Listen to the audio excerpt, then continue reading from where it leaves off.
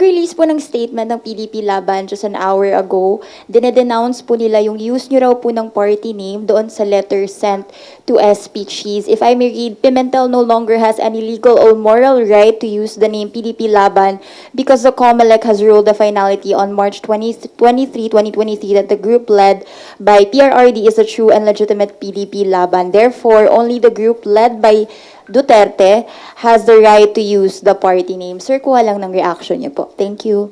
Yung kaso namin sa COMELEC was about the leadership of the party.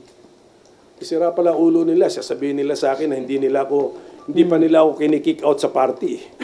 Tapos aangal sila na andun pa sa existing stationery ko yung PDP Laban, di ba?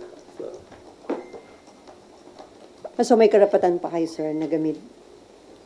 Well, under dispute pa yung Sa Supreme Court? Yung decision ng COMELEC na sila kusi naman ang nagwagi, under dispute pa sa Supreme Court. So malay natin, marireverse pa yan. But then at the same time, si kusi mismo sinasabihan ako na hindi naman daw nila ako in-expel sa partido nila. Ayoko lang makasama sila. Pero hindi nila ako in-expel. So, bakit aangal ngayon sila kung gamit ko pa ang PDP Laban na partido ko namang tunay yan, partido ng father ko, at ako nagbumuhay niyan hanggang sa time ng kaso ng COMELEC.